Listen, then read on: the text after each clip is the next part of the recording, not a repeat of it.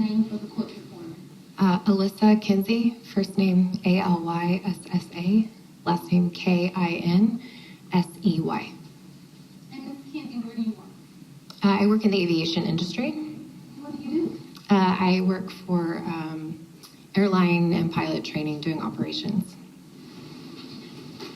Are you have the benefits or like buddy passes and stuff? I'm working on that. I want to take your attention back to September the 6th of 2018, okay? At that time, were you living at Southside Flats? Mm-hmm. You have to say yes right now for the court. Yes, ma'am. Thank you. How long had you been living at that apartment complex? I moved in about 4 months prior. And when you moved in, did you meet Uncle John that day? Yes, the night I moved in. Tell us about the day you met Mr. John.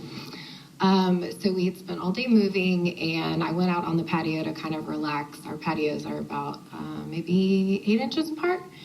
I was sitting out there having a glass of wine, trying to relax, and he came out, and I think I scared him, and we just started kind of chatting about where we worked and living in Dallas and, living at Southside Flats and where to go eat and all that kind of stuff. So just a really friendly chat.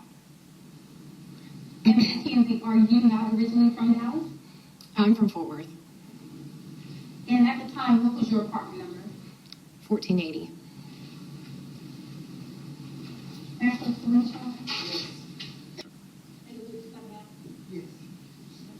Sure. Ms. Kinsey, I'm showing you what's been marketed as 34B. It is a corridor, large print of the area in which Mr. John's apartment is located. And you see your apartment located on this roof. Yes.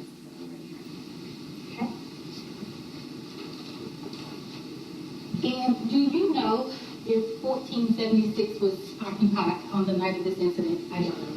Thank you. So, Ms. Kinsey, you said that your balcony is probably, would you say, 8 inches from Mr. John's balcony? Mm-hmm. Yes, that's right. Did you ever have the opportunity to hear him or from inside of your apartment while he was inside of his? Only one time he had his back door open, and I think the basketball playoffs were going on, and so I could kind of hear him kind of whooping and hollering, but my back door was open as well, so I think that was probably part of it. But outside of that, I couldn't ever hear through the wall. Now, I want to focus your attention to the night of this incident. What were you doing in the evening hours on September 6th, 2018? Right when it happened, I was sitting on the couch on FaceTime with my boyfriend, chatting. And you were on the couch in the living room? Yes, ma'am. Is your apartment the same layout as Mr. John's apartment, the 8-3? I think it's the same size and layout. I'm not sure if they're mirrored images or not, but same size. Okay. And so you're FaceTiming with your boyfriend, and what did you hear?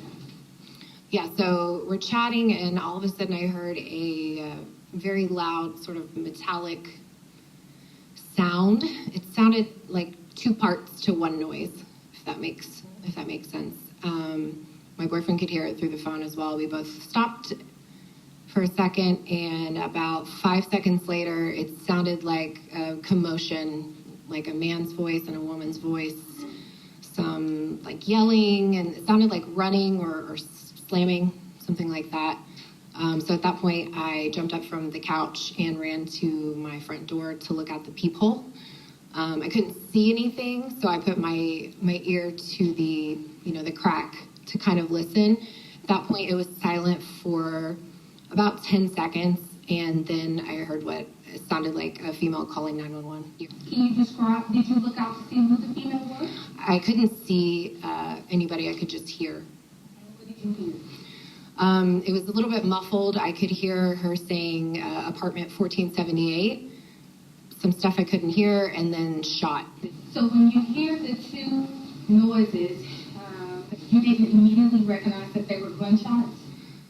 Within 2 seconds, I sort of figured that's what it was. It was just so unlike it to hear. Our apartment seems very safe and secure, and I, at least knew my neighbors by sight and some by name. So initially I couldn't figure out why that would be happening. So my first thought was, it can't be. And then I'm like, well, no, I think it was. And those, the 2 shots you heard, were they in quick in succession? Yes. And you say you heard some commotion afterwards? Yes. Could you tell where the commotion was coming from? Sounded like, from the hall, or it wasn't, on the other side. I couldn't hear it through the wall. It sounded like it was coming more from like the hallway area. Was your TV on when you were on the phone, FaceTime with your boyfriend? No, ma'am. Did you pause your conversation with your boyfriend when you heard the gunshot? The sound stopped us both once we heard it. And so your attention immediately shifted to where the noise was coming from? Oh, yes. And so the commotion, based on what you heard, was not coming from the walls next door in the Jones apartment, but sounds like from the hallway area? It sounded like it, yeah. Did you ever open your door to see what was going on in the hallway? After the police started kind of running down the hallways and showing up, I did open my door, and I was instructed to go back inside. Did you ever look out your patio door to see what was happening? Yes. Okay, when you looked out, what did you see? So after I heard what I thought was a 911 call, it was quiet for a minute or so. So I went to my back door and went out on the patio to see, I don't know if I could see police coming or somebody running away, or just to kind of, look. And I stepped outside, and I was still on the phone with my boyfriend, and I noticed that Bo's lights were on in his apartment at that point. And I made a comment, I wonder if I should, knock on his window and see if he heard anything or he knows what's going on. My boyfriend's like, you probably should just go back inside. So I did. Okay. Now let's talk a little bit about that. When you went out on the patio and you looked and saw that Bo's lights was on, had the police arrived yet? No. I could see them coming down Lamar, looking this way. I could see a couple on the bike cops, and then I could hear sirens starting to come, towards the building. When you went out to the patio and saw that his lights were on, was that before or after you heard what you thought somebody making a 911 call? I heard the 911 call, then I went out on the patio. Do you recall hearing any other conversations or voices from the hallway other than the officers telling you to kind of go back inside? Once the police officers arrived, I could hear them talking about doing CPR and asking where the stretcher was. I could hear a female hyperventilating, but outside of that, I didn't hear a whole lot of conversation. Now, Ms. Kinsey, at your time at the apartment complex, have you parked on the wrong floor before? Once I parked, yes. And what were you doing when you parked on the wrong floor? I was on the phone. On the phone with whom? My boyfriend. So when you parked on the wrong floor, you were on the phone with your boyfriend, Mm-hmm. and is it fair to say you were distracted by that conversation? Yes, I would think so. Do you recall what floor you parked on? I parked on 3. So you didn't go all the way up? There's a lot of turns in the parking lot, yes, so I just went up to 3. Have you ever went to the wrong door? No. At some point, do you recall when Mr. John got his red floor mat? I think he had it when I moved in, as far as I can remember. Do you recall making fun of him about that mat? Yeah. Well, we were making fun of it, we walked by, and it was super dirty. And I told me and my boyfriend were laughing about it, and I think he made a comment to him out on the patio about it, yeah. Would you say it's pretty noticeable, though, on that hallway? Yes. Absolutely. Ms. Kinsey, my name is Robert Rogers. Hey. I have a few questions for you. Try to make it painless and get you out of here, okay? Okay. So the time you parked on the wrong floor, you're safe to say just on automatic pilot, talking on the phone, and you're turning and stop where by feel you felt you were on the 4th floor, correct? Initially when I parked.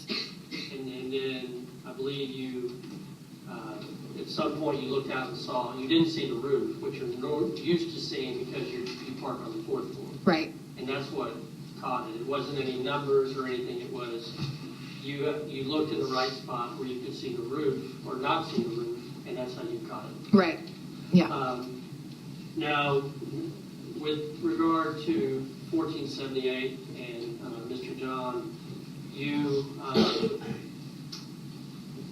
normally wouldn't hear anything through the walls, correct? Correct. And there was one time where both your patio doors were open, and you could hear the whooping for the playoff game, correct? Right. Other than that, there wasn't. You wouldn't normally hear noises through the walls, correct? Right. I can never hear. And I just want to get the timeline correct. So you're FaceTiming with your boyfriend, and all of a sudden you hear this loud noise that sounds like is it accurate to say just really rapid, two loud noises that make it sound like one? That's right. And so then you're trying to figure out what's happening in about 10 seconds of silence, I mean, just estimation. And then you hear a voice from the hallway saying 1478, and that's when it sounds like the female voice is on 911. Not exactly. So when I heard these shots, I was sitting down, and I sat for about 5 seconds, 10 seconds. What made me jump up to realize it was extra irregular was the commotion, the sounds, the yelling, the running. That's when I got up from the couch, went to the peephole. About maybe a few seconds later, maybe a minute later, that's when I heard the phone call. And you heard 1478. Yes. I mean, that's the words that you can make out of it. Right. And then after that, you went back in your apartment, correct? Right. Then you go to the balcony or the patio. Mm-hmm. And it's after that you noticed that the lights were on. Right. Once I was on the patio, I looked.